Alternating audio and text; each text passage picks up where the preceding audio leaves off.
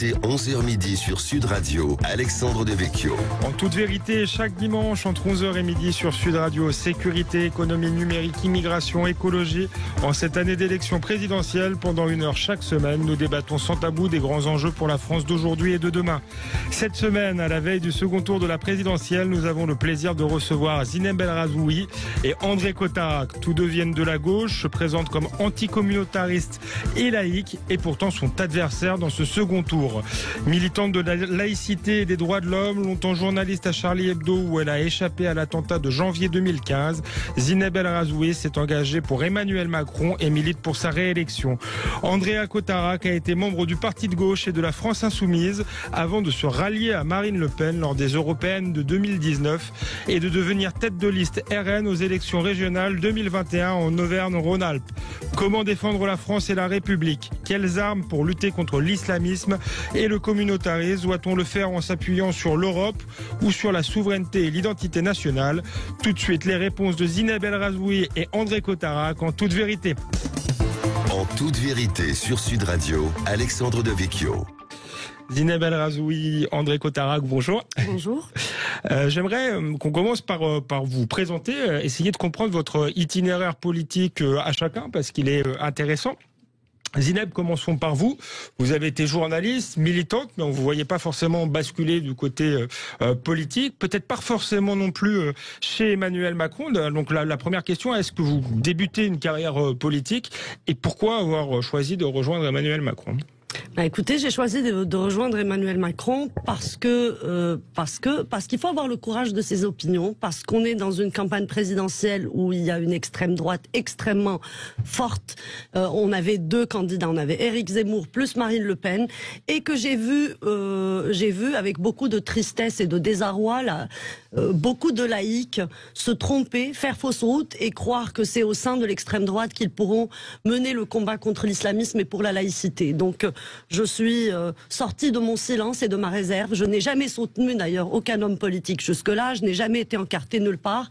Je suis sortie pour dire d'abord ça c'est une fausse route, c'est une impasse, c'est un mauvais choix politique. Et deuxièmement, je pense que le courage consiste non seulement à dire contre quoi nous sommes, mais pourquoi nous sommes. Et donc j'ai apporté mon soutien à Emmanuel Macron. Et il y a une partie de la question qui était est-ce que vous débutez une carrière politique du coup ? Bah écoutez, je ne pense pas que je débute une carrière politique dans le sens où cela fait presque 20 ans que je suis dans le débat public, que je parle publiquement et que j'assume les conséquences de ce que je dis. Donc finalement, j'ai fait de la politique jusqu'ici, mais c'est de la politique, on va dire, d'influence. Ce n'est pas de la politique électorale. Aujourd'hui, c'est un changement de méthode, un changement de cap, mais ce n'est pas vraiment nouveau pour moi d'être dans la scène politique. Alors, si votre question concerne l'avenir, oui, est-ce que c'est une carrière électorale? Je sais bien que vous faites partie du débat public. Je pense que c'est un honneur pour toute personne qui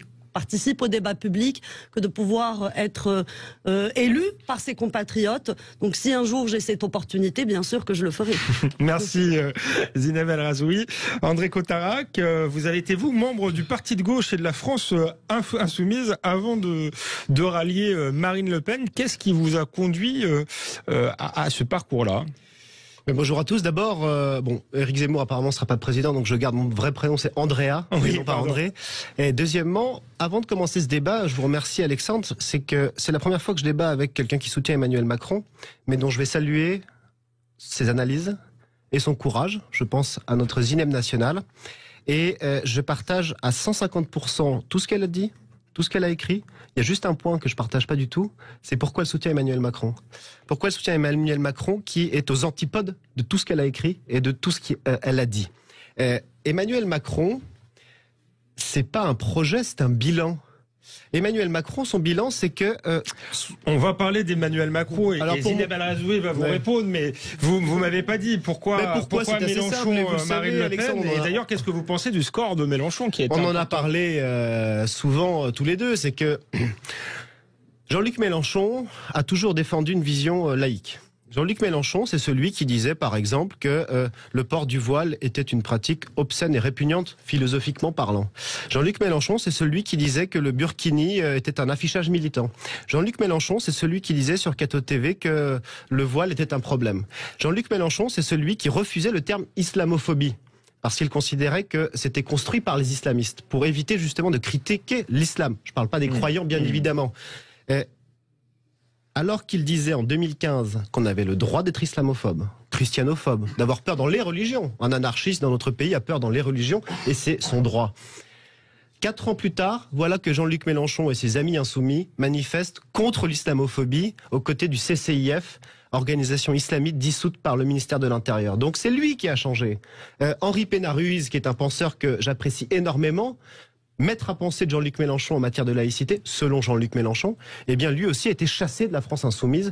Donc vous voyez, c'est la France insoumise qui a abandonné finalement ses valeurs, ses principes. Certainement pas moi, certainement pas M. Kuzmanovic, certainement pas M. Pénard-Ruiz. Je crois que chacun d'entre eux, dans l'isoloir, en tout cas je l'espère, voteront bien évidemment contre Emmanuel Macron. Avant que Zineb vous réponde sur Macron, peut-être vous mettre d'accord sur un point. Est-ce que le score de Mélenchon au premier tour, et notamment le fait qu'il ait mobilisé un électorat des banlieues, on a vu qu'il y avait même des consignes de vote dans les mosquées, c'est quelque chose qui vous inquiète, Zineb? Écoutez, moi, ce que j'ai toujours reproché à Monsieur Mélenchon, pas l'ancien Mélenchon, effectivement, qui se prenait en photo avec Charb et Cabu et qui dénonçait l'imposture intellectuelle qu'est la notion d'islamophobie, mais ce que j'ai toujours reproché au nouveau Mélenchon, c'est qu'il s'est vraiment évertué à créer un électorat musulman. Moi, je pense que vouloir façonner un électorat musulman, c'est un fantasme. Les musulmans n'ont pas un vote monolithique. Vous savez, on a souvent fantasmé le vote des femmes aussi, avant de comprendre que les femmes votaient comme tout le monde.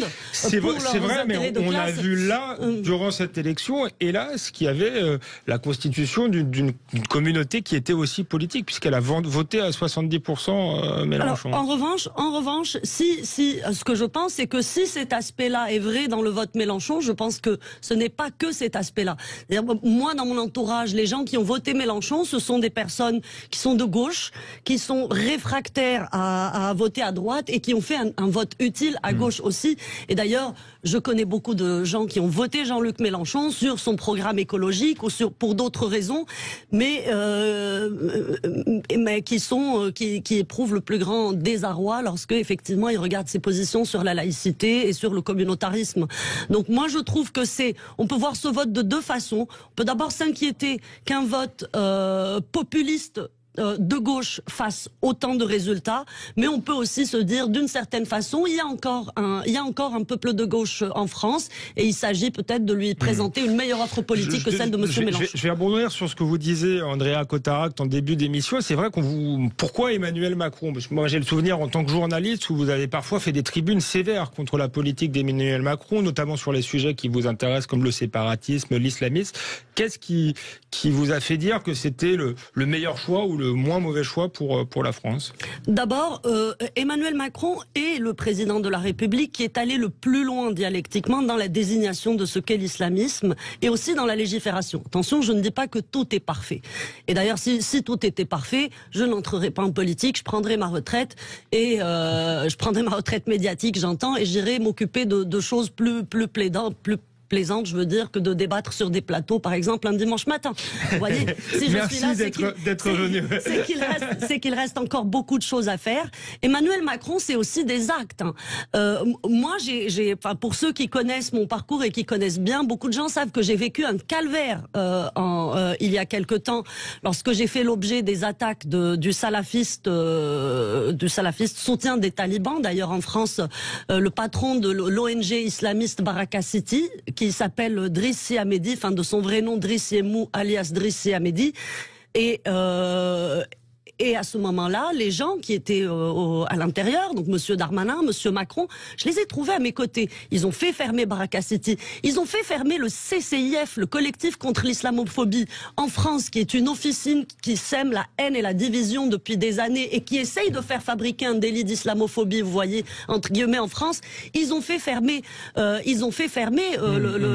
CCIF. Donc il y a un bilan intéressant. Il y a aussi, de la part d'Emmanuel Macron, Macron des signaux forts qui démontrent que si en effet en début de quinquennat il n'était pas tout à fait conscient peut-être des enjeux que cela impliquait, il a fait un changement du tout au tout. Il a écouté, il est venu vers nous. On suppose que vous partagez pas le même diagnostic sur la politique d'Emmanuel Macron. Pas du tout. D'abord, je voudrais juste préciser un point. On parle là de gauche, de droite, d'extrême droite. On dit que je suis d'extrême droite à moi qui ai passé 95% de ma vie militante à gauche. Bon, le clivage gauche-droite a explosé, bien évidemment. Vous voyez que ce clivage aboutit à rien aujourd'hui. Vous avez la CGT qui va voter avec le MEDEF. Vous avez les communistes qui vont voter avec Elisabeth Borne qui a passé sa vie à privatiser les transports ferroviaires. Vous avez Nicolas Sarkozy qui va voter avec François Hollande. Et vous avez bien évidemment Jean-Luc Mélenchon et un certain nombre d'insoumis que Zineb vient de critiquer à juste titre, qui appellent à voter pour le candidat. Quel soutien! C'est quand même assez extraordinaire. Moi, je vais vous dire ce qui se passe. Je suis désolé de vous couper. On arrive à la pause, mais vous reprendrez, vous pourrez reprendre la parole après. Andrea Cotarac, Zineb El Razaoui, merci d'être avec nous sur Sud Radio en toute vérité. On reprend ce débat. Vous partagez un certain nombre de diagnostics, mais vous êtes adversaire en tout cas sur les solutions dans ce second tour de l'élection présidentielle. On se retrouve après une courte page de pause sur Sud Radio dans Toute Vérité. Merci. Vérité 11h midi sur Sud Radio. Alexandre Devecchio. Merci, nous sommes de retour sur Sud Radio avec Andrea Cotarac et Zineb El Razaoui. Nous débattons de ce second tour de la présidentielle, Macron-Le Pen, deux invités qui font un certain nombre de diagnostics en commun mais qui ne sont pas d'accord sur les solutions. Et voilà, Andrea Cotarac n'était pas d'accord sur le bilan avec Zineb El Razaoui, sur le bilan d'Emmanuel Macron en matière de lutte contre l'islamisme et le communautariste. La pub vous a interrompu. Je vous laisse finir, Andrea Cotarac, et ensuite Zineb El Razaoui répondra. Effectivement, moi je suis d'accord avec ce que dit Zineb El Razaoui sur le fond, mais elle soutient un candidat qui a un bilan. On n'a pas deux candidats qui proposent des choses cette fois-ci. On a un candidat Emmanuel Macron qui a un bilan à défendre et on a Marine Le Pen qui propose. Le bilan d'Emmanuel Macron en termes de laïcité, vous l'avez vu dans les sondages, c'est que 78% des Français considèrent que la laïcité est menacée. C'est 20 points de plus qu'en 2015. Le bilan d'Emmanuel Macron, c'est que 75% des professeurs soutiennent le fait que Samuel Paty ait tenu un cours sur la liberté d'expression et sur la laïcité. Mais parmi ces professeurs, 1 sur 2 s'auto-censure pour parler de laïcité et de liberté d'expression. Ça, c'est le bilan d'Emmanuel Macron en matière de laïcité.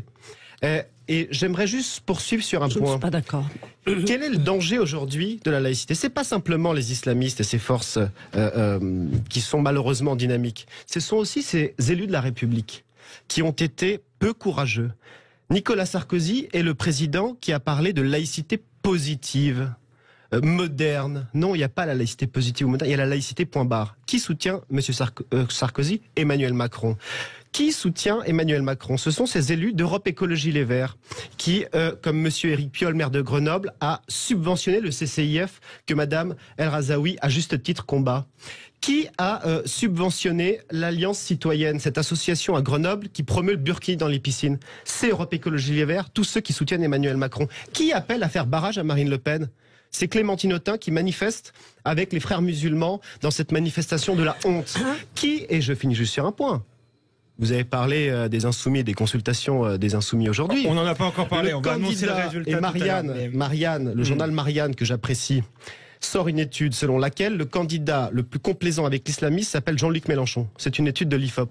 Mais Jean-Luc Mélenchon fait appel à barrer la route à Marine Le Pen. En réalité, il ne le fait pas contre Marine Le Pen, il le fait contre la laïcité. Zineb, vous vouliez répondre? Oui, je ne suis pas du tout d'accord avec les raccourcis que j'entends. D'abord, lorsque vous avez toutes les forces vives d'un pays, y compris lorsqu'elles sont clairement adversaires, y compris lorsqu'elles se livrent une bataille politique sur le plan des idées, lorsque toutes ces forces, vous les voyez s'unir contre vous, ça doit quand même vous dire quelque chose de vous, ça doit quand même vous interpeller. Lorsque vous voyez effectivement des gens qui sont antagonistes être d'accord sur une chose, c'est qu'il faut vous faire barrage, c'est que là, vous voyez, on n'est plus dans des histoires de propositions, de programmes, on est dans quelque chose de l'ordre de philosophique.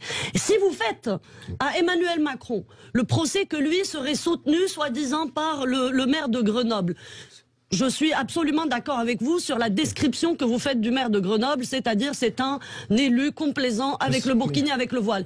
Eh bien, comment alors empêcher les autres de vous faire aussi le procès de ceux qui vous soutiennent? C'est-à-dire quand même beaucoup de fanges, écoutez, de la fange nazifiante, des reliquats du GUD, des émouriens. Écoutez, vous m'avez quand même tendu la perche. Excusez-moi. Si vous faites ce raccourci sous prétexte qu'il y a des gens qui vous font barrage et que de facto, en fait, ils appellent à voter Emmanuel Macron parce qu'il est le seul capable aujourd'hui de battre le courant idéologique que vous représentez, laissez-moi aussi quand même vous faire porter le chapeau des soutiens que vous avez. Je préférerais qu'on parle un peu du fond, que vous vous invectiviez mutuellement avec vos soutiens. Zinem El Razoui, parce qu'on parlait tout à l'heure de laïcité, de la position d'Emmanuel Macron. Vous avez reconnu vous-même qu'il a évolué, que peut-être au début de mandat il était moins conscient de ces enjeux qu'aujourd'hui. Mais quand vous le voyez lors d'une déambulation expliquer non pas seulement qu'il est contre l'interdiction du voile dans la rue, ça on peut parfaitement le comprendre, mais qu'il dit finalement une femme voilée peut être féministe. Est-ce que là il n'y a pas une ambiguïté quand même dans son rapport à la question du voile? Je sais que c'est la question du voile cette scène avec cette femme voilée est extrêmement intéressante parce qu'elle a fait l'objet de beaucoup d'interprétations. On a aussi beaucoup fait dire à cette scène ce qu'elle ne dit pas. D'abord, cette femme est sur le parcours d'Emmanuel Macron lorsqu'il est dans un bain de foule. Elle est placée là et elle l'interpelle. Est-ce que vous êtes féministe? Chose à quoi il répond oui. Et puis lui, il interpelle cette femme, il lui dit mais attendez, je vois que vous êtes voilée, vous le portez de votre propre chef ou est-ce qu'on vous force à le porter? Moi je trouve quand même intéressant qu'il lui pose cette question-là. C'est une façon de sous-entendre que derrière le voile, il y a peut-être aussi une question du libre arbitre des femmes. Et puis elle, donc c'est cette femme-là qui se définit comme féministe. Que voulez-vous qu'il lui dise? Il est dans un bain de foule, il y a aussi un contact humain. Moi, je pense que les personnes qui ont commenté cette vidéo et qui ont eu la malhonnêteté intellectuelle de dire que Emmanuel Macron soutient le féminisme islamique sont des gens, en fait, sont des manipulateurs de la vérité. Le féminisme islamique est une théorie. C'est une théorie sur laquelle des islamistes, et qu'on peut trouver par exemple ça dans les librairies islamistes, l'islamisme prétend lui aussi avoir un courant féministe, qui est d'ailleurs une imposture intellectuelle absolue, parce que c'est le genre de féminisme qui vous écrit que les femmes sont les égales de l'homme, mais qu'il faut qu'elles soient voilées, qu'elles peuvent travailler à condition que cela soit compatible avec la vie de famille et les tâches ménagères. Ce n'est vraiment pas de cette façon-là que je vois le féminisme. Donc ça, il ne s'agissait pas de ça dans cette vidéo. Il s'agissait d'une femme voilée qui se définissait comme féministe. Mais qui aurait été Emmanuel Macron à ce moment-là pour lui faire la leçon? Moi, personnellement, je pense que le féminisme islamique est une imposture intellectuelle.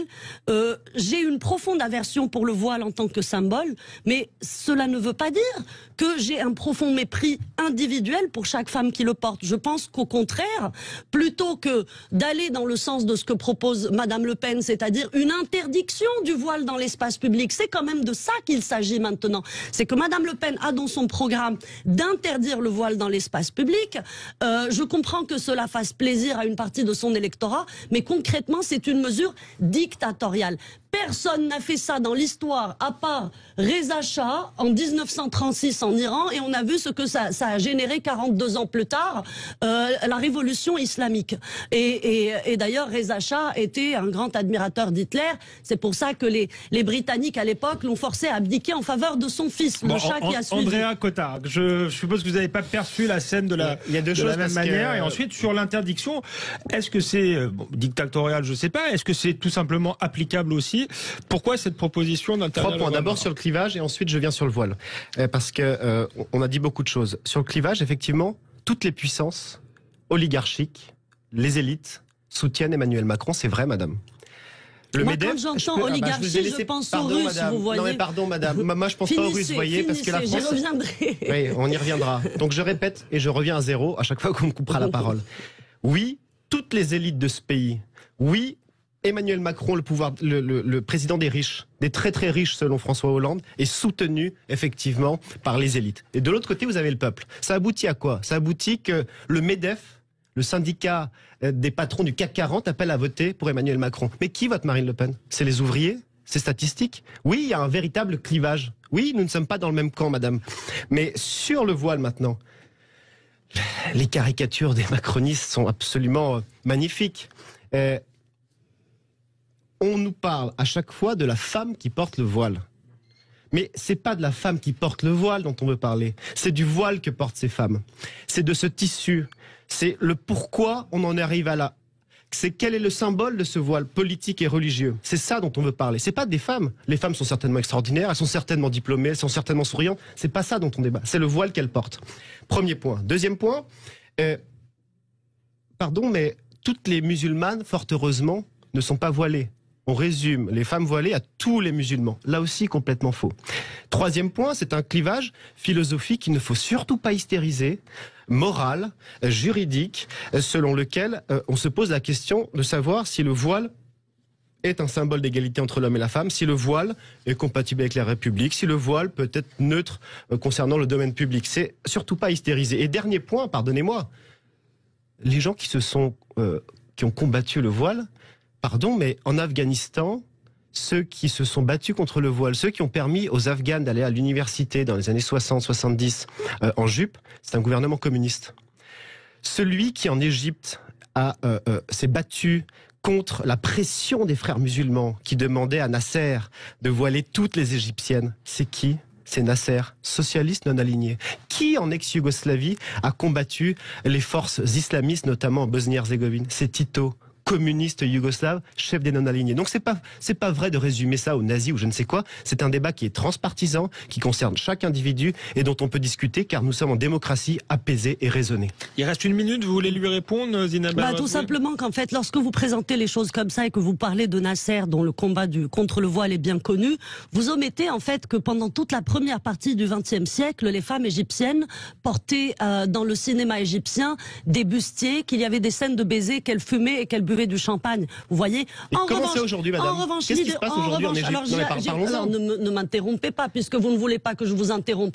En revanche, l'idéologie du voilement est née dans les années 30, en 1926, pour être précise, en Égypte, avec le grand-père de Tariq Ramadan, Hassan el-Banna, le frère musulman, qui lui était le fondateur d'un courant fasciste en islam. D'ailleurs, il était un grand admirateur des courants fascistes en Europe, en même temps notamment le nazisme. J'aimerais répondre.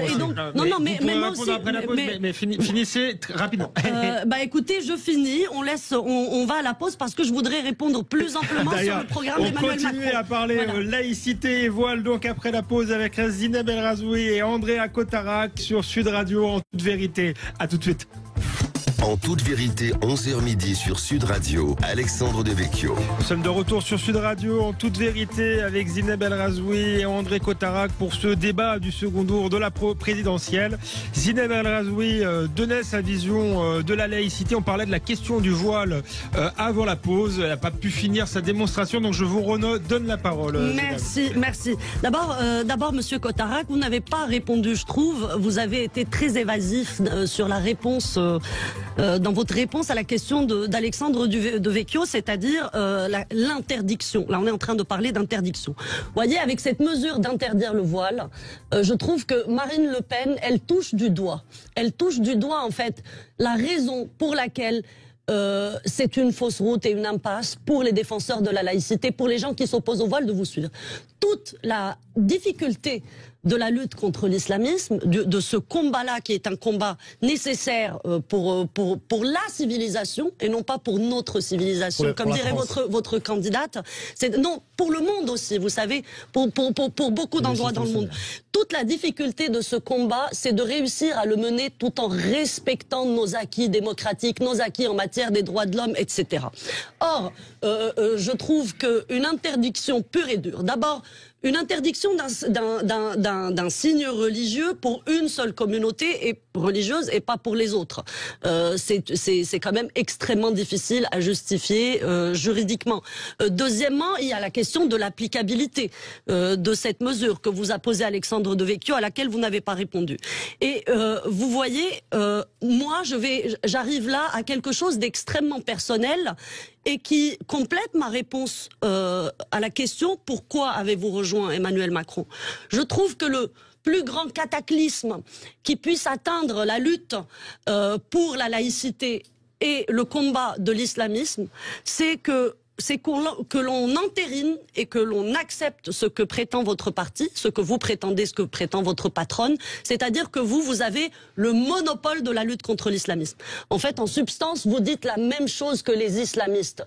Les islamistes, depuis des décennies, nous martèlent que s'opposer à eux, c'est être d'extrême droite. Et vous leur dites, vous avez raison, nous sommes les seuls qui luttent, et d'ailleurs qui luttent comment ? Avec des propositions irréalisable. Laissons Andrea Alcantara répondre rapidement et après on avance dans la discussion. Je vais répondre très rapidement et je vais le répondre de manière rationnelle et cartésienne parce qu'il y a des chiffres et parce qu'il y a des enquêtes.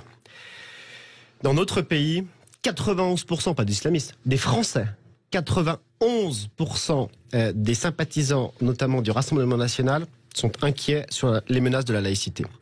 37% des Français placent en tête Marine Le Pen dans la lutte contre l'islamisme et pour la défense de la laïcité.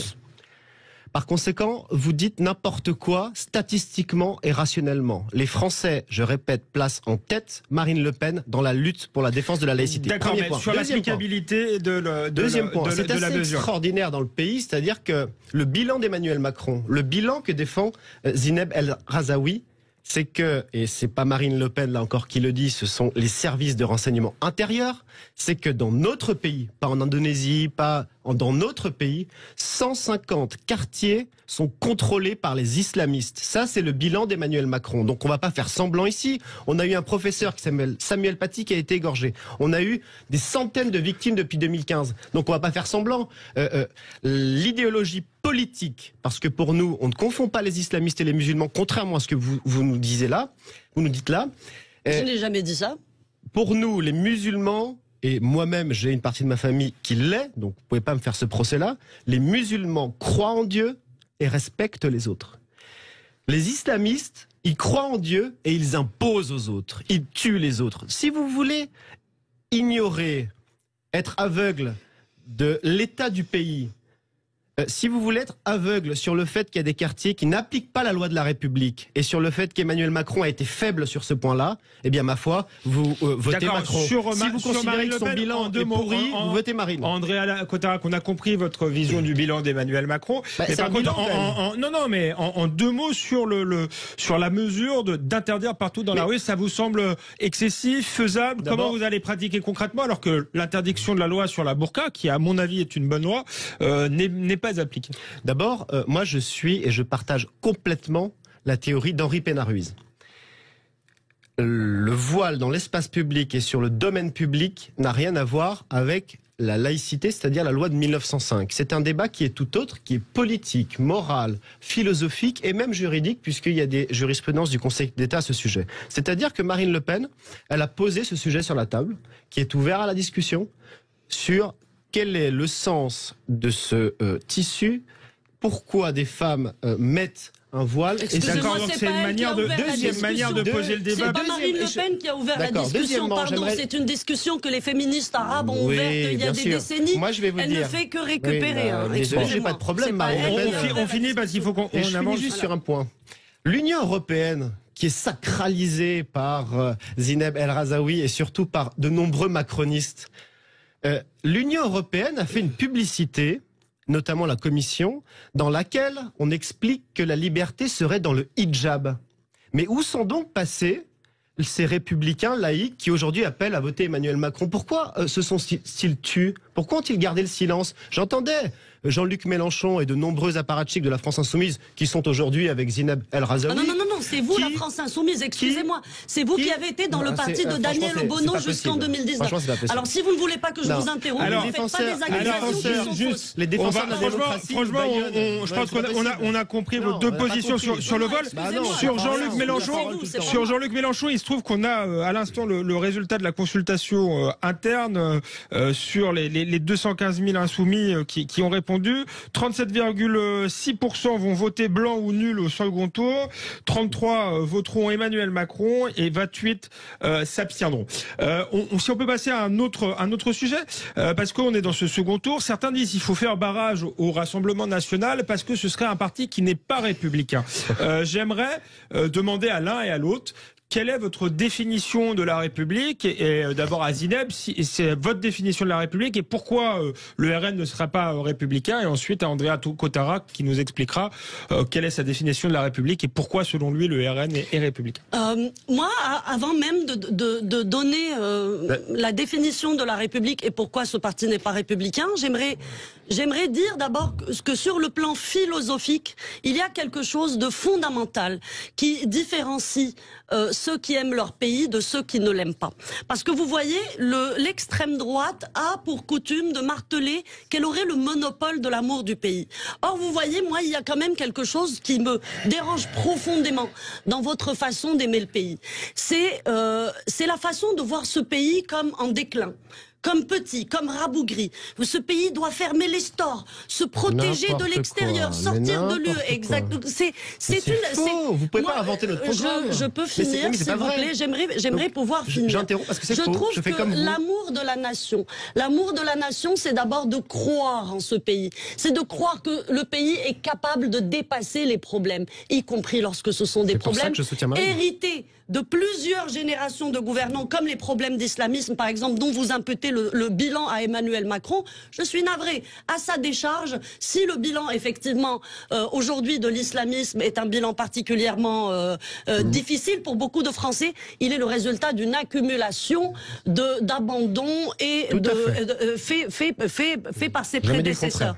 Donc, pour moi, l'extrême droite, vous voyez, qui veut que la France se rabougrisse, qui veut que la France lutte contre l'islamisme en faisant des purges internes et en fermant ses frontières, ce n'est pas la vision que je soutiens. Moi, je pense que la France, elle a au contraire vocation à porter les valeurs qui permettent de combattre l'islamisme partout dans le monde. Moi, je suis pour une France qui va parler à l'ensemble des citoyens du monde, à une France qui va défendre son modèle laïque auprès, par exemple, de la jeunesse du monde arabe qui aujourd'hui aspire à avoir la laïcité chez eux. Et pourquoi je pense aussi que votre parti n'est pas un parti républicain? Je suis navrée pour vous, vous voyez, mais il y a quand même un héritage philosophique du parti. Il y a aussi les positions de Madame Le Pen aujourd'hui sur l'Ukraine qui montre que s'il y a une 5e colonne soumise à l'étranger dans ce pays, c'est bien son extrême droite, vous voyez. C'est-à-dire le discours de ces partis qui consiste tout le temps à générer l'ambiance, à générer la suspicion du bouc émissaire de la 5e colonne et de la soumission. C'est vraiment ce que fait. On va laisser répondre Andrea Cotara sur l'Ukraine rapidement, mais on reviendra plus largement sur la géopolitique et ensuite vous donnez votre vision de la France également. Si vous ne me coupez pas, je vais essayer d'aller vite. D'abord, vos propos n'engagent que vous. Quand vous parlez de purge, etc., franchement, c'est tellement caricatural que je vous ai laissé parler parce qu'à mon avis, ça nuit à votre propre champion, Emmanuel Macron. Deuxièmement, pour moi, la République, c'est l'égalité entre les citoyens. C'est aimer son pays. Quand je vois qu'Emmanuel Macron parle de racialisme, nous dit qu'il faut donner des rues de noirs ou d'arabes, ça je ne le partage pas. Au Rassemblement national, nous avons 3 couleurs, le bleu, le blanc et le rouge. Et tous les enfants de la République, des fils d'immigrés comme moi, comme des Français dits de souche, sont à égalité. Marine Le Pen défendra chacune de ces personnes-là. Je finis sur un point. Parce qu'encore une fois, ça m'embête. Je suis d'accord avec ce que dit mon contradicteur. La laïcité, elle doit se défendre partout. La République française, le modèle, ce qui fait l'identité et la richesse du modèle français, ça doit se défendre partout. Alors dites-moi, Zineb, pourquoi est-ce que l'ami d'Emmanuel Macron, Mohamed Ben Salman, l'homme, le dictateur d'Arabie Saoudite, une théocratie islamiste aux antipodes de la République laïque. Pourquoi est-ce qu'on travaille avec lui? C'est un homme qui condamne l'homosexualité dans son pays. C'est un homme qui, selon Mediapart, il y a 4 semaines, a exécuté 83 personnes en 1 jour. C'est un homme qui mène une guerre atroce au Yémen, qui est la pire crise humanitaire du monde, selon l'ONU. Aujourd'hui, des Yéménites subissent la famine. Ils sont musulmans, ils sont arabes. Alors pourquoi, aujourd'hui, les Yéménites n'ont-ils pas de valeur aux yeux de ces prétendus humanistes? Pourquoi il ne défend pas la laïcité là-bas? On a 30 secondes, mais la dernière partie de l'émission va être consacrée à la géopolitique. D'abord, Emmanuel Macron n'est pas le dirigeant de l'Arabie Saoudite. Non, mais c'est Mohamed Ben Salman qui l'est. D'accord. Pourquoi lui transfère-t-il des armes? Pour défendre la laïcité? Deuxièmement, je vais vous dire une chose. Alors, vous me parlez du Yémen. Qu'est-ce que vous avez fait pour le Yémen? Qu'est-ce que votre parti a fait pour le Yémen? Vous voulez que je vous le dise? Je vais vous dire tout de suite. Non, et vous personnellement, qui venez faire des leçons d'humanisme, vous personnellement, vous êtes allé 3 fois apporter votre soutien au boucher de son peuple, Bachar el-Assad, qui a été, excusez-moi, la dynastie el-Assad est une dynastie criminelle. Je vais être obligé de vous couper. Mais j'aimerais revenir là-dessus. On parle géopolitique après la pause, parce qu'effectivement, le combat contre l'islamisme est aussi un combat géopolitique. On se retrouve avec Andrea Cotarac et Zineb El Razoui en toute vérité sur Sud Radio dans quelques minutes. Toute vérité, 11h midi sur Sud Radio, Alexandre Devecchio. Nous sommes de retour sur Sud Radio en toute vérité avec Zineb El Razoui et Andrea Cotarac. C'est le débat du second tour. Voilà, avant la pause, l'échange était assez musclé sur la géopolitique. On parlait de lutte contre l'islamisme. Ça passe effectivement aussi par la géopolitique. Zineb El Razoui, vous reprochiez à Andrea Cotarac sa complaisance vis-à-vis de Bachar el-Assad. C'est pas seulement de la complaisance, c'est un soutien actif. Monsieur Cotarac s'est déplacé 3 fois, vous me corrigez si je me trompe, pour rencontrer Bachar el-Assad. Et vous avez fait quoi? Après les massacres, après les accusations d'avoir gazé son peuple, etc. Alors l'intention était bonne, si je vous crois, c'était pour défendre les chrétiens d'Orient. Mais vous savez, aujourd'hui, le mandat des Nations Unies sur les crimes contre l'humanité commis en Syrie concerne à la fois les islamistes et le régime criminel de Bachar el-Assad, et je vous dirais même le régime criminel de son père, Hafez el-Assad, qui a aussi gazé son peuple. Donc vous voyez à qui vous apportez votre soutien. Donc votre petit passage sur les Yéménites était, et je suis d'ailleurs d'accord avec vous, que cela Macron. Fait des années qu'on tue les Yéménites, un peuple. Oui, mais c'est pas Macron qui bombarde les Yéménites. Je ne vois pas pourquoi vous en parlez. Nos armes. En revanche, quelle belle image de la France au Moyen-Orient. Lorsqu'on veut parler de soutien actif et de soumission même à l'étranger, là on peut parler de la position. On peut parler de votre position. Ah bah non, mais monsieur, quand on doit de l'argent à Poutine, on est son obligé. Et lorsque, bien sûr, lorsqu'on doit de l'argent à Poutine, on est son obligé. On va laisser vous-même, monsieur, je finis juste sur vous-même, vous avez été, vous êtes quand même acquis. Je veux dire, depuis que vous étiez chez la France Insoumise et après votre passage au Rassemblement National, moi je trouve que la boucle qui fait la continuité, c'est votre soumission à la Russie. Vous avez été à Yalta avec Thierry Mariani et Marion Maréchal Le Pen. Vous avez été, alors tenez-vous bien, bénévole au Donbass en 2012, il me semble. Aujourd'hui, on ne va pas faire beaucoup d'humanitaire pour l'Ukraine. Eh bien, écoutez, je suis navré que la politique étrangère proposée par la candidate que vous défendez consiste à être soumis à Poutine et à soutenir les criminels de guerre. Mais en tout cas, ce n'est pas ce que propose Emmanuel Macron. Cotarac, si vous pouvez répondre sur Poutine, sur Al-Assad et sur votre engagement au Donbass. Zineb El Razoui me dit c'est ce que propose Marine Le Pen. Mais moi, je ne lui parle pas de proposition, je lui parle du bilan de son champion. Le bilan de son champion, et là encore, c'est pas moi qui le dis. Soyez respectueux. Soyez respectueux. Celui que vous appelez mon champion, c'est Emmanuel Macron. Et vous n'avez pas à décider qui sont mes champions. Alors, on a perdu 2 minutes. Mais je ne vais pas me corriger parce que j'ai perdu du temps. Le bilan d'Emmanuel Macron, mais surtout ce que propose votre vision sur la géopolitique. Il n'y a aucun problème, je vais y venir. Donc je dis, il y a des propositions de Marine Le Pen, mais il y a un bilan d'Emmanuel Macron. Et là aussi, c'est pas moi qui le dis. C'est Médecins du Monde, c'est l'association CARE, c'est Amnesty International qui toutes pointe, je cite, le risque de complicité de crimes de guerre de la France au Yémen. Ça, c'est un bilan. Et l'ONU dit qu'au Yémen, c'est famine, et au Yémen, c'est un génocide, c'est-à-dire qu'il n'y a pas 1 km² sur lequel on est sûr. Ça, c'est un bilan.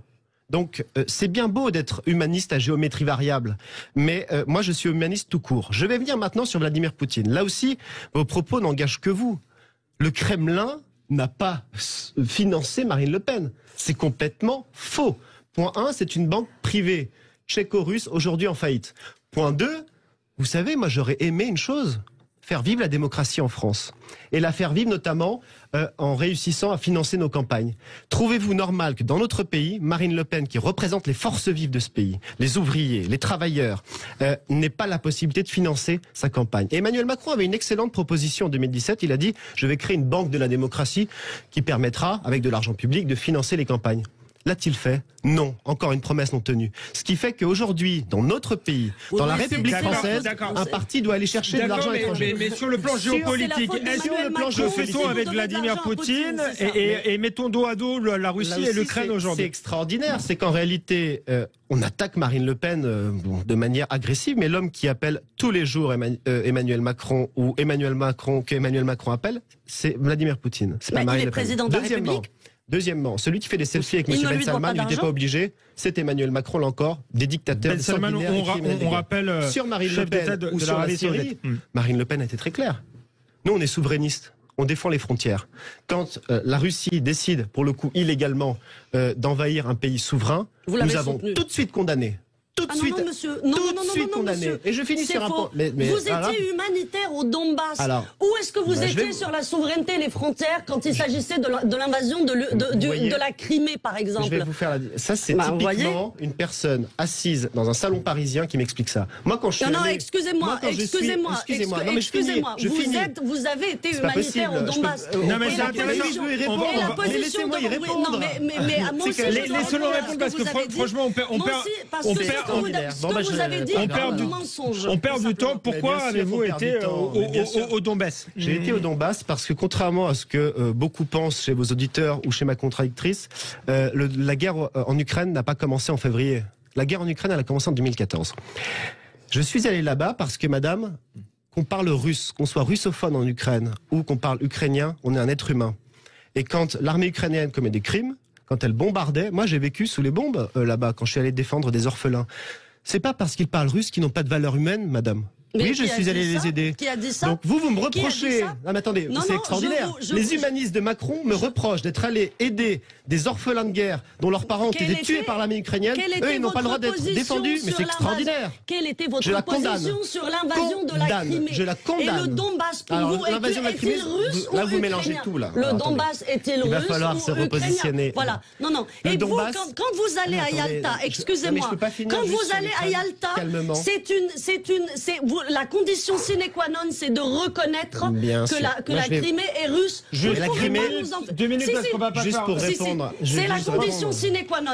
Andrea Cotara, je réponds calmement. D'abord, point 1. Je n'ai pas eu l'occasion de répondre à grand chose. Allez-y, je vous écoute. Mais quand on est un jeune Ukrainien russophone, on n'a pas de valeur humaine aux yeux des macronistes. Moi, c'est pas mon cas. Deuxième point, en Crimée, madame, il n'y a pas eu d'invasion, je ne sais quoi. Historiquement, la Crimée était russe. Elle a été ukrainienne seulement 27 ans.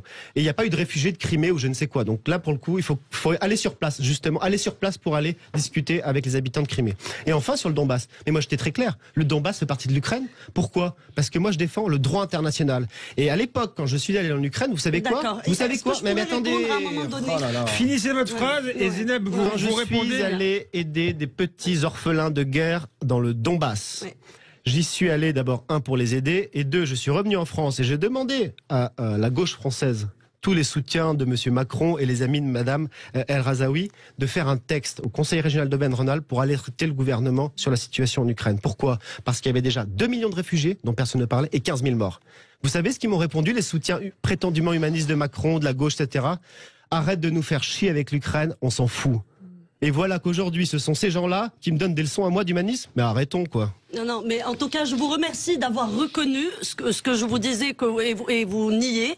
Merci d'avoir dit que pour vous, la Crimée était russe. Historiquement, c'est bien ce que je disais. Donc, votre enfumage, vous avez beau vous plaindre, vous faire passer pour... Vous connaissez des réfugiés de Crimée, mais madame, vous avez confirmé ce dont je vous accusais. Pour vous, la Crimée est russe. C'est juste que je connais l'histoire, en fait. On finit là-dessus sur la Russie. J'aimerais vous interroger aussi sur l'Europe, parce que là, vos visions sont antagonistes.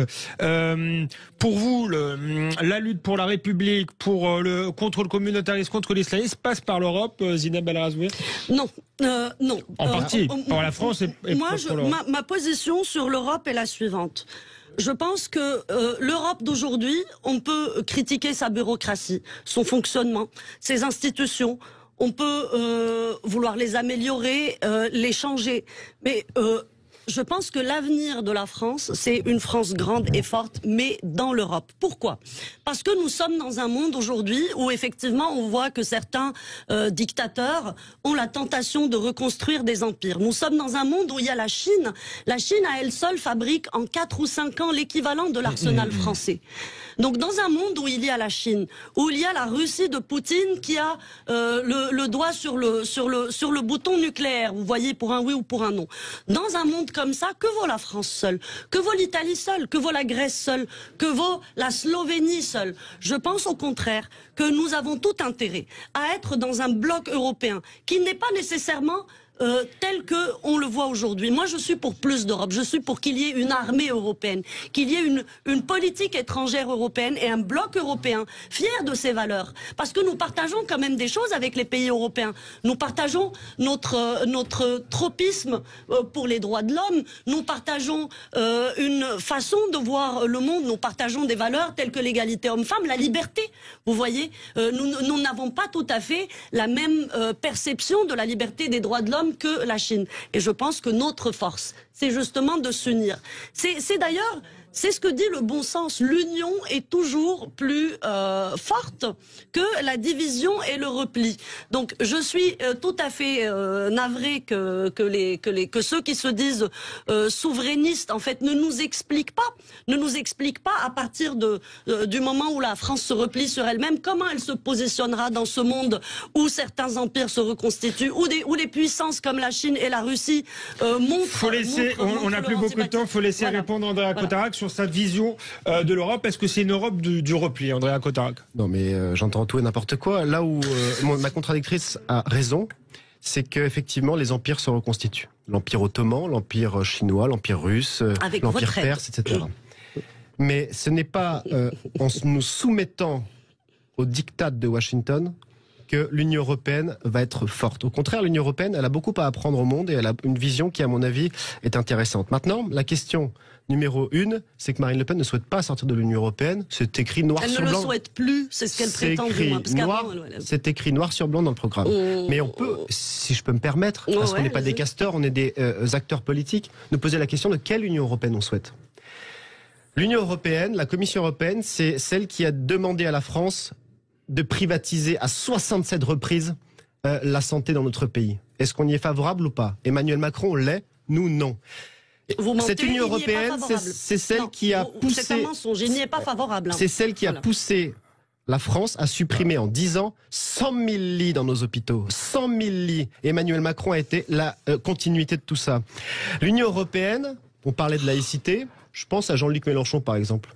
Il nous a fait des pataquès, des conférences de presse sur le fait, selon lui, que l'Union européenne ne respectait pas la laïcité, car le drapeau de l'Union européenne, c'était prétendument le drapeau de la Vierge Marie. Ils étaient où pour attaquer l'Union européenne sur le hijab? Votre Union européenne, c'est laquelle? Mon Union européenne, c'est celle qui défend les valeurs de la France. Et Madame El Razaoui compare la France à la Slovénie. La France est un pays, d'abord, 1, avec une puissance nucléaire, 2, qui a à apprendre au monde, et 3, qui est présente sur tous les continents.